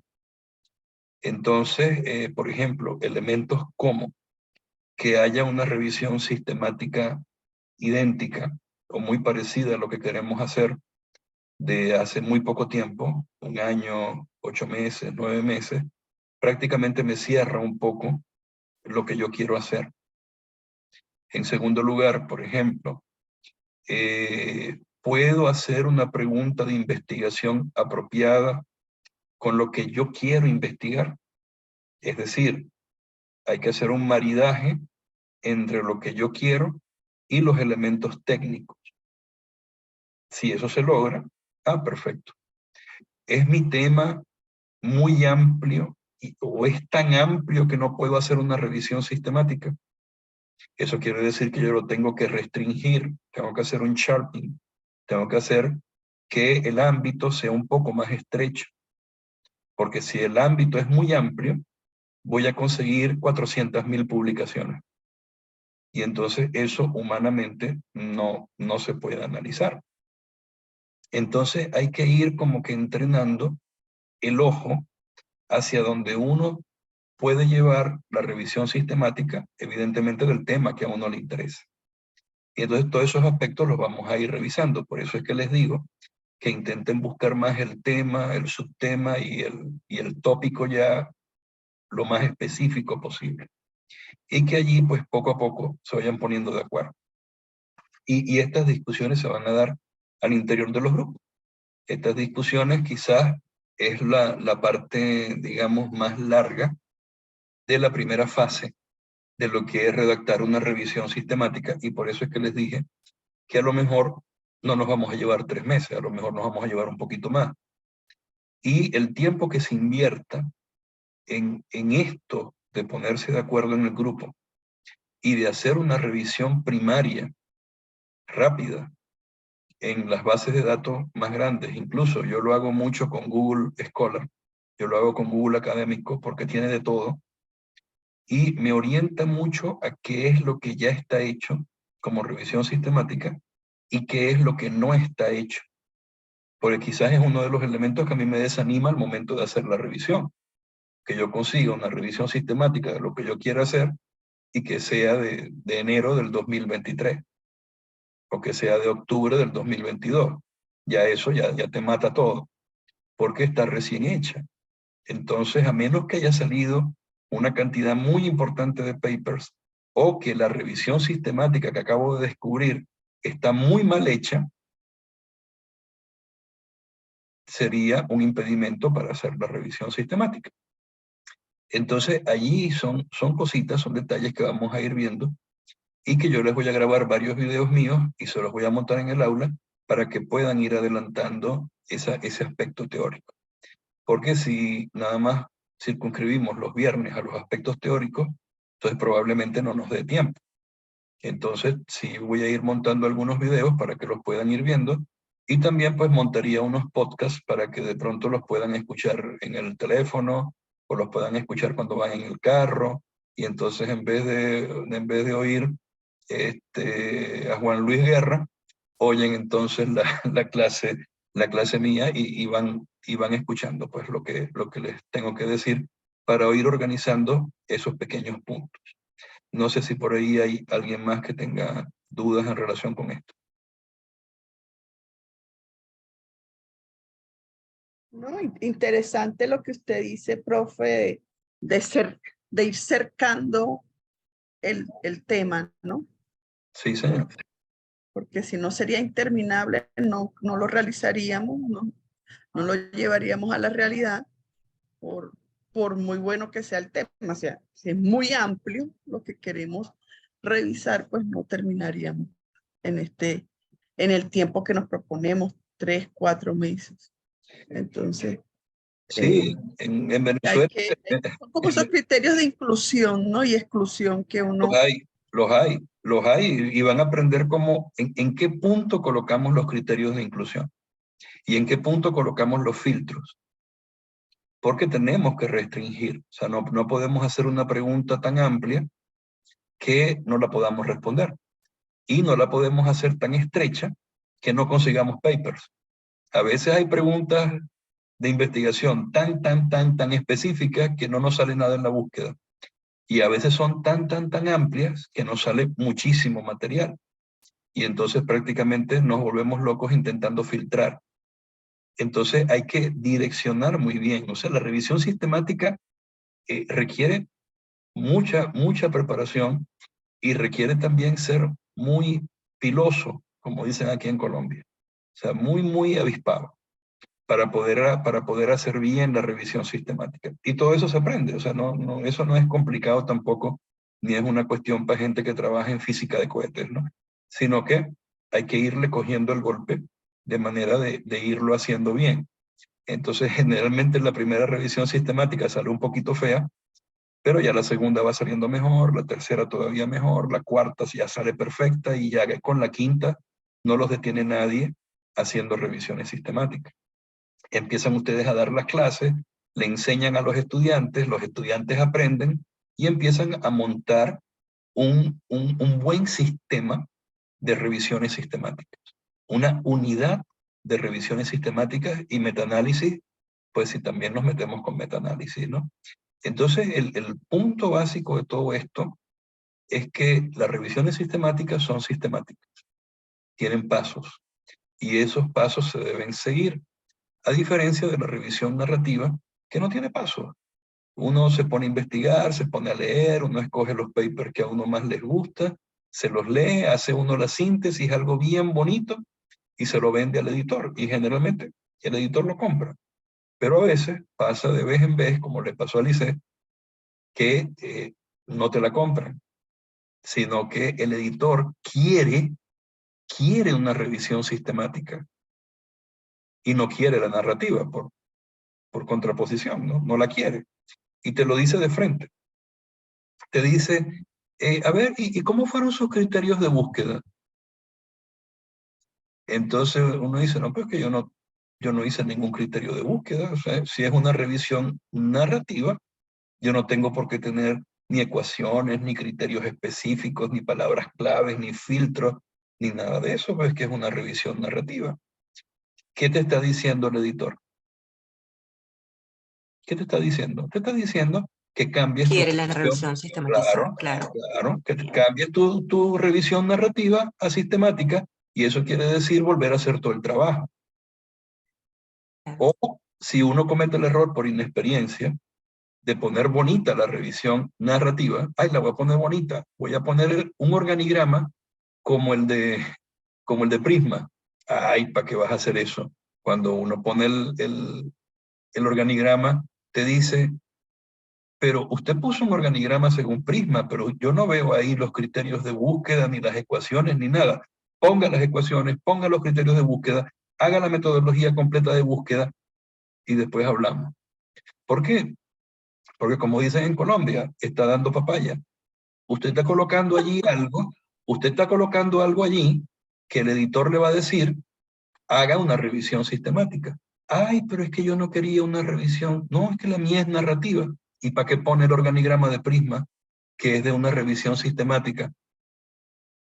Entonces, claro, y Balmores, sí, y perdona que te interrumpa, es que es tan interesante esto que tienes toda la razón, y eso fue lo que pasó con esta experiencia, y la comentamos porque es un excelente ejemplo para ver la necesidad de diferenciar realmente de una revisión sistematizada y la que no. Nosotros, después de que el artículo estaba listo como revisión narrativa, revisamos a ver si podía ser adaptado, cosa que nunca, o sea, después que ya haces una revisión narrativa, jamás te va a cuadrar a un artículo de revisión sistematizada. Supuestamente con el protocolo de Prisma, nos dimos cuenta que no cumplía con los criterios, pero igual, en una de esas de versiones de archivos, se nos pasa ese diagrama que comentas tú de revisión para protocolos Prisma, obviamente el diagrama para hacerlo sistematizado, ¿no? Y allí el editor, obvio que dijo, bueno, o esto es narrativo o esto es sistemático, ¿no? Quizás si uno lo hubiese presentado al principio nada más como lo narrativo, si en el diagrama a lo mejor pasa. Entonces, es importante lo que preguntaba Henry al principio, y tú le contestaste súper bien, porque realmente no estamos nada claros, bueno, yo me declaro totalmente ignorante, no estamos nada claros con realizar cómo se realiza, cuál es el método real para hacer una revisión sistematizada. Y ahí iba una pregunta que tenía. ¿Es posible publicar, o sea, dentro del grupo de revisiones sistematizadas, entiendo que el metaanálisis es un tipo de ellas, ¿no? No sé, aclararás luego. En un metaanálisis, o sea, para publicarlo, ¿deberíamos de tener una capacitación, por ejemplo, como esta, para poder, certificada, para poder, en revisiones sistematizadas, para poder adscribir ese artículo a la plataforma Próspero, por ejemplo, o a otra, o no es necesario? En metaanálisis, pues es la duda que me vino a la mente. Bueno, igual, es que el metaanálisis es la fase cuantitativa de una revisión sistemática. No todas las revisiones sistemáticas llevan metaanálisis. En esta capacitación vamos a trabajar con revisiones sistemáticas donde la revisión es en la fase cualitativa. No vamos a trabajar, no nos vamos a meter en fase cuantitativa, que ya sería llevar la revisión sistemática a metaanálisis. ¿Por qué? Porque se requiere trabajar con estadística. Se requieren hacer regresiones que se llaman metaregresiones, bien sea por una de dos alternativas, ¿no? Que no vale el caso trabajarlas en este momento ni nombrarlas, ¿no? Y eso implica como 3 meses más trabajando con la parte de metaanálisis, que es la parte más poderosa de una revisión sistemática, y que se puede hacer, y que de hecho, cuando ustedes hacen una revisión narrativa, una revisión sistemática como la que vamos a hacer, bien hecha, terminar con el metaanálisis es nada más el 20% del trabajo. el trabajo más grande se hace en esta fase que vamos a hacer, que es la búsqueda, las ecuaciones de búsqueda, hacer las revisiones, seleccionar los papers, hacer la síntesis cualitativa y escribir la revisión sistemática. Por eso es que algunos papers de los que les he enviado por el grupo tienen el título Una revisión sistemática y metaanálisis, porque cierran la revisión sistemática haciendo un análisis de los datos que están dentro de la revisión sistemática. Y lo podemos hacer, o sea, no hay ningún problema.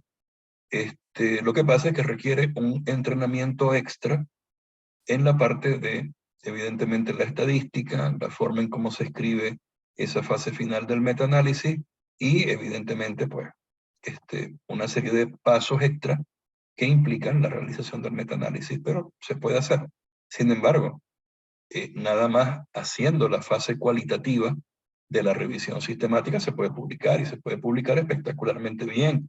Y es difícil, si se escribe bien, que en una revista científica le rechacen una revisión sistemática. No sé si Rina quiere preguntar algo. Más que preguntar, Doc, coincido con la doctora Lice. Lamentablemente aquí en el Ecuador, al menos en la universidad en donde nosotros trabajamos, entiendo que debe ser de forma general. Hay una confusión entre lo que es una revisión bibliográfica, una revisión narrativa y una revisión sistemática. Hemos tenido también esa situación aquí, ha sido muy fuerte, y hemos tenido también que pues manifestarnos de alguna u otra manera, ya que no está claro ni se maneja de una manera clara la sistemática y la narrativa. Y justamente por eso consideramos que este diplomado es sumamente importante, al menos para quienes formamos en este caso parte de la universidad aquí en Cuenca, y que al guiarnos correctamente podemos nosotros también guiar correctamente al equipo de la universidad, y sobre todo, que es lo que más nos preocupa, a nuestros estudiantes, ya que en realidad igual aquí también, ¿no? Se dice realice o haga una sistemática, pero nadie le dice cómo hacer la sistemática. Simplemente se pide que se haga la sistemática, pero nadie tiene una guía clara de cómo se hace una sistemática. Entonces, creemos que es totalmente pertinente el curso, y pues esperamos que con esto podamos ayudar, de hecho, a los compañeros al pertenecer a un comité de ética aquí también en el Ecuador. Pues también entendemos que el conocer cómo se realizan los distintos tipos de investigación es fundamental. Es importante dar a conocer que este problema también se lo ve aquí en el Ecuador. El asunto es que no hay ningún misterio, o sea, todo está escrito. En las guías Prisma está todo, ¿no? Y el protocolo aparece en las guías Prisma-P. P quiere decir protocolo. Así como hay guías Prisma para la revisión sistemática, que es Prisma S. También tenemos Prisma P, que nos dice todo. Yo les pasé por el grupo, si mal no recuerdo, una traducción de la guía Prisma P, protocolo. Ahora se las vuelvo a enviar, de manera de que la tengan y las puedan ir leyendo, ¿no? Pero igualito yo les voy a explicar todo, cuáles son los elementos de la guía Prisma P, cómo se suben los datos a Próspero de ese proyecto de revisión sistemática, y cómo vamos a hacer el paso a paso de la revisión sistemática. Entonces ahí no va a haber ningún tipo de confusión, ¿no? Porque todo está muy estandarizado y todo lleva esos pasos, ¿no? Entonces no va a haber ningún problema en eso, ¿no? Y fíjense que hemos ido tocando los puntos que teníamos como que planificados, ¿no? Es lo mismo una revisión sistemática que una revisión narrativa, ¿no? Entonces, definitivamente no. O sea, no es igual una revisión sistemática a una revisión narrativa, ni en la estructura, ni en las formas, ni en la protocolización. Y el elemento, o sea, fundamental en esto, es que una revisión narrativa no tiene pregunta de investigación, mientras que una revisión sistemática se guía de forma sustancial a través de la pregunta de investigación. porque nosotros con lo que vamos a buscar en la revisión sistemática, tenemos que responder la pregunta de investigación. Es un deber. Cuando nosotros colocamos la pregunta de investigación, nuestro deber como investigadores es responder esa pregunta de investigación mediante la búsqueda bibliográfica. No vamos a hacer un proyecto, no vamos a ir a campo, no vamos a recoger datos de los pacientes que nosotros operamos. No, lo vamos a buscar en la bibliografía y lo vamos a buscar sistemáticamente aprendiendo a utilizar las búsquedas en las bases de datos. Entonces yo les voy a enseñar a cómo van a buscar en PubMed, cómo van a buscar en Scopus, cómo van a buscar en ScienDirect. Por lo menos mínimo esas 3 bases de datos. Cómo se busca apropiadamente la información para la revisión sistemática en esas 3 bases de datos. Y por aquí tenemos a la ingeniera Ivonne, que la ingeniera Ivonne es experta también en búsqueda. Entonces lo que yo no sepa, Ivonne seguro pues nos va a ayudar, ¿no? Y evidentemente aquí tenemos también profes que han buscado información desde hace mucho tiempo en sus vidas para hacer revisiones de la literatura. Entonces esto no va a ser algo ajeno a ustedes, sino que más bien lo que lo vamos es a pulir, a hacerlo conscientemente para resolver una búsqueda que me permita conseguir insumos, papers, para responder la revisión, para responder la pregunta de investigación. No sé si tienen alguna otra pregunta, alguna inquietud. Entonces no son iguales, no son iguales. Y por eso es que es importante la revisión de la primera carpeta. La primera carpeta en la página web. Porque la primera carpeta que tenemos en el aula extendida, en el aula virtual, tiene 4 papers. Y en esos papers ahí están en español. Hay conceptos importantes sobre lo que es una revisión narrativa, una revisión sistemática, un estado del arte, y son cosas que es bueno que lo sepan, ¿no? Y entonces es cuestión de leer fundamentalmente y subrayar lo que ustedes vean allí que es más importante. Yo les recomiendo que abran una suscripción gratuita en Mendeley. En Mendeley pueden guardar todos esos papers y Mendeley les permite subrayarlos, permite tachar, permite ponerles notas, y eso es bueno, que uno lea todo ese material, ¿no? Porque es lo que uno tiene que ir aprendiendo. Entonces, aquí en el curso pues tenemos mucho de lo que yo les estoy explicando, pero también algo de autogestión de conocimiento. Es decir, que ustedes revisen, investiguen, busquen, y fundamentalmente para estas primeras 2 semanas, esos 4 papers son fundamentales, ¿no? Las otras 2 carpetas, recuerden que una es de libro, ese libro lo pueden leer cuando quieran, eso no forma parte de ninguna tarea, es un material que les dejo allí para consulta. Y la segunda carpeta, lo que tiene son 2 papers. El primer paper grande es el paper de Pared, del cual ya yo les he estado comentando.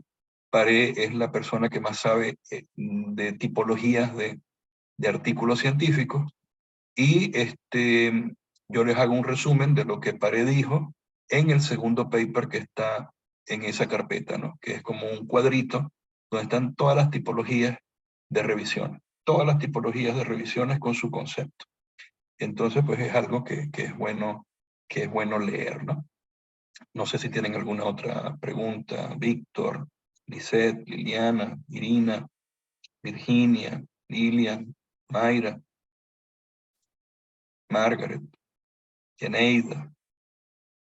No sé si tienen alguna otra duda. Por ahora yo no, todo claro.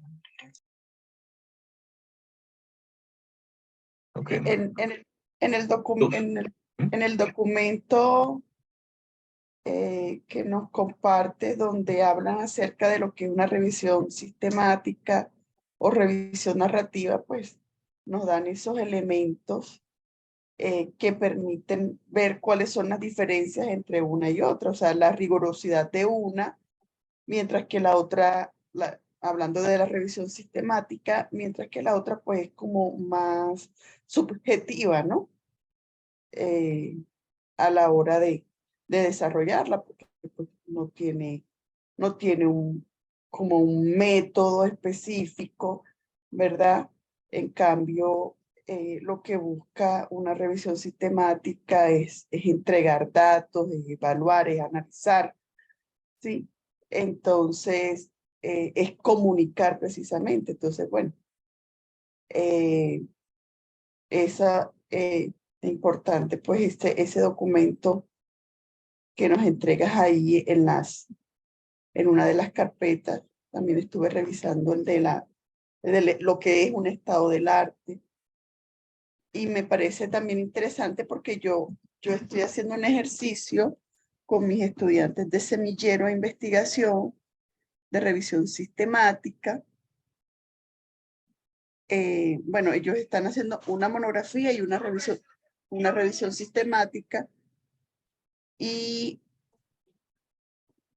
no conocía, por ejemplo, eso de la plataforma donde hay que subir, donde hay que hacer ese ejercicio.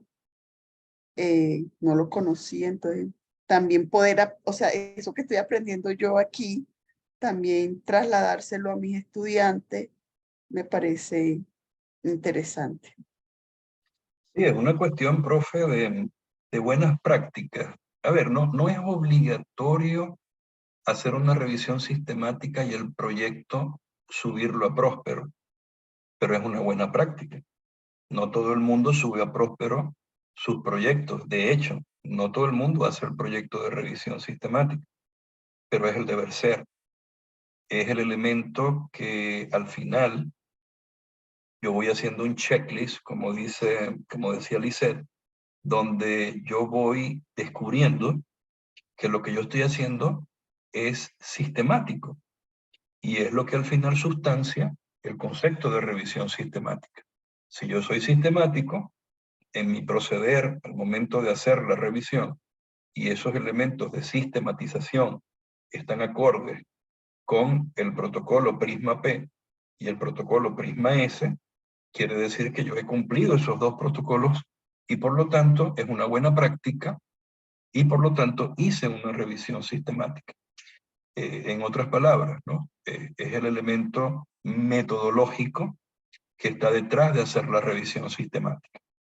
Entonces, a veces, pues, todas estas cosas son importantes discutirlas, ¿no? Y son importantes irlas haciendo ver, sobre todo a los estudiantes que van empezando, a los muchachos y muchachas de semilleros, a los jóvenes investigadores, a los colegas que están haciendo la maestría o están haciendo la especialización, porque son conceptos que al final son útiles a la hora de defenderse de aquellas personas que no están claras en los conceptos y que al final son los más peligrosos, que son los que creen que saben, pero en verdad no saben, no se han empoderado en ese conocimiento.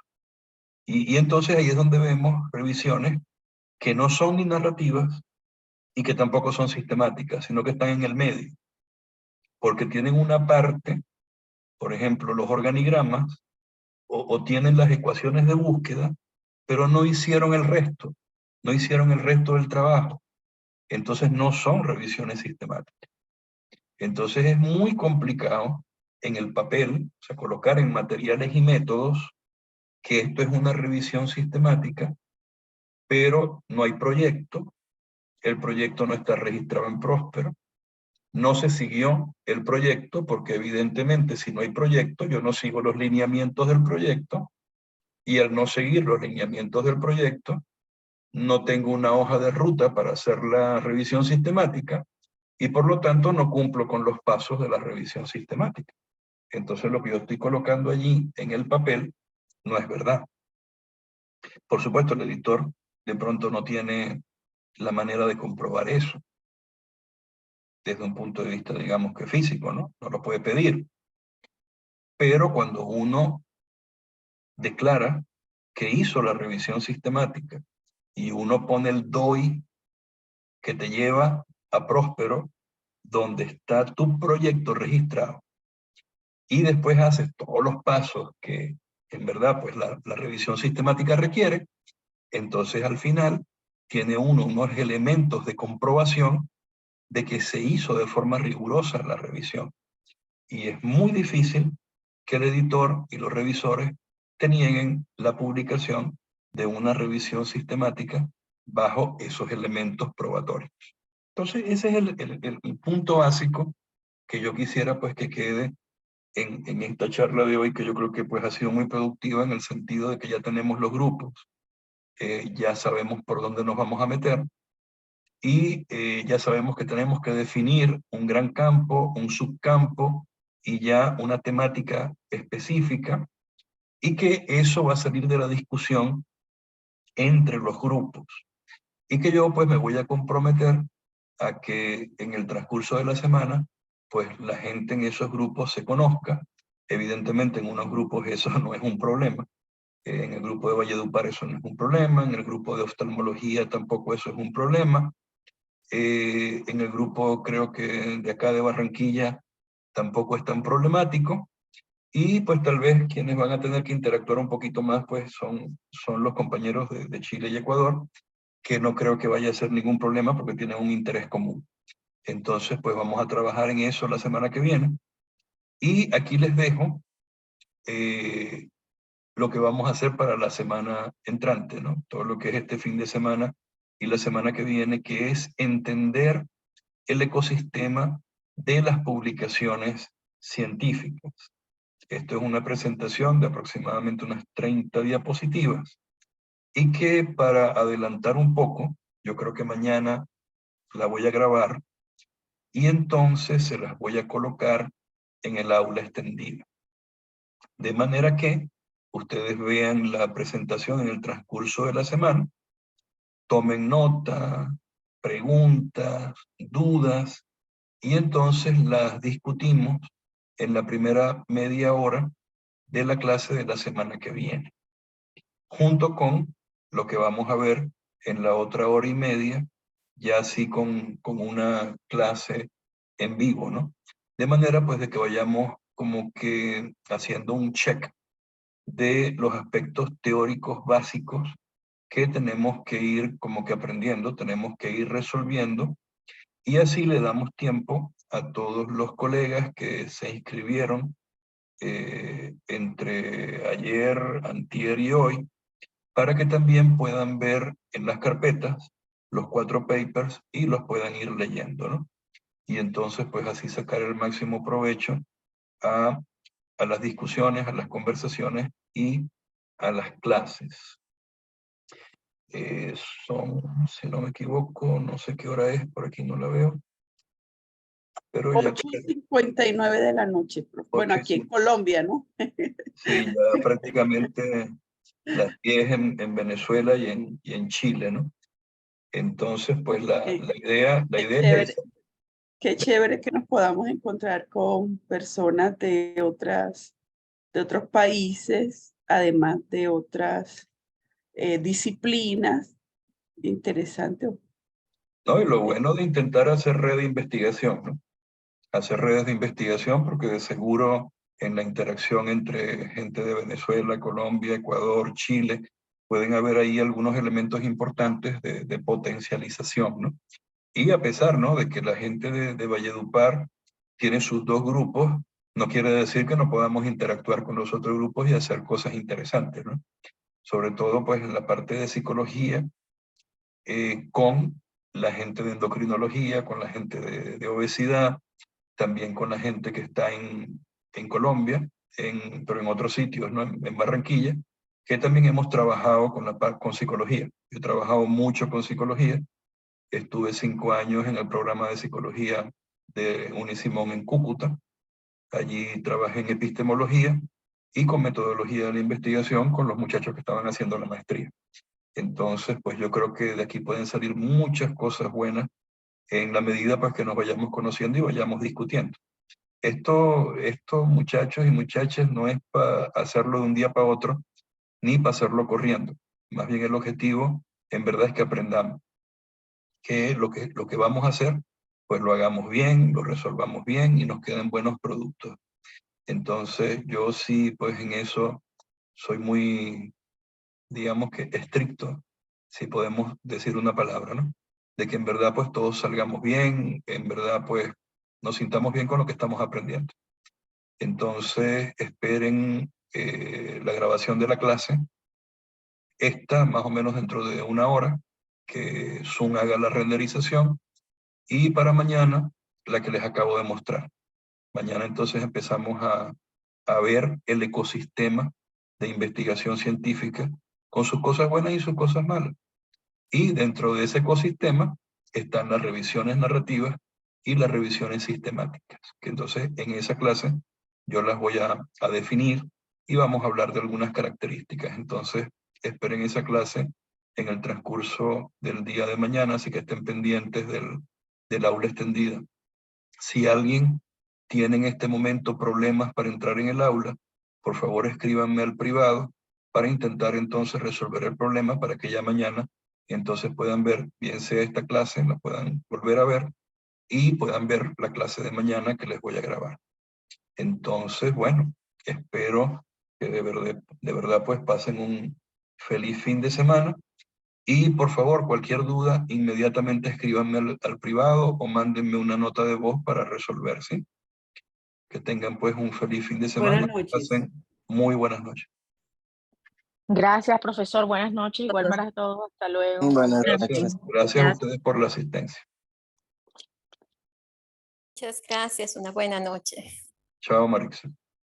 Muchas gracias. Feliz noche. Gracias a todos. Que la pasan bien. Gracias. Hasta luego. Hasta luego, Lisa. Buenas noches a todos. Chao, profe Hazel.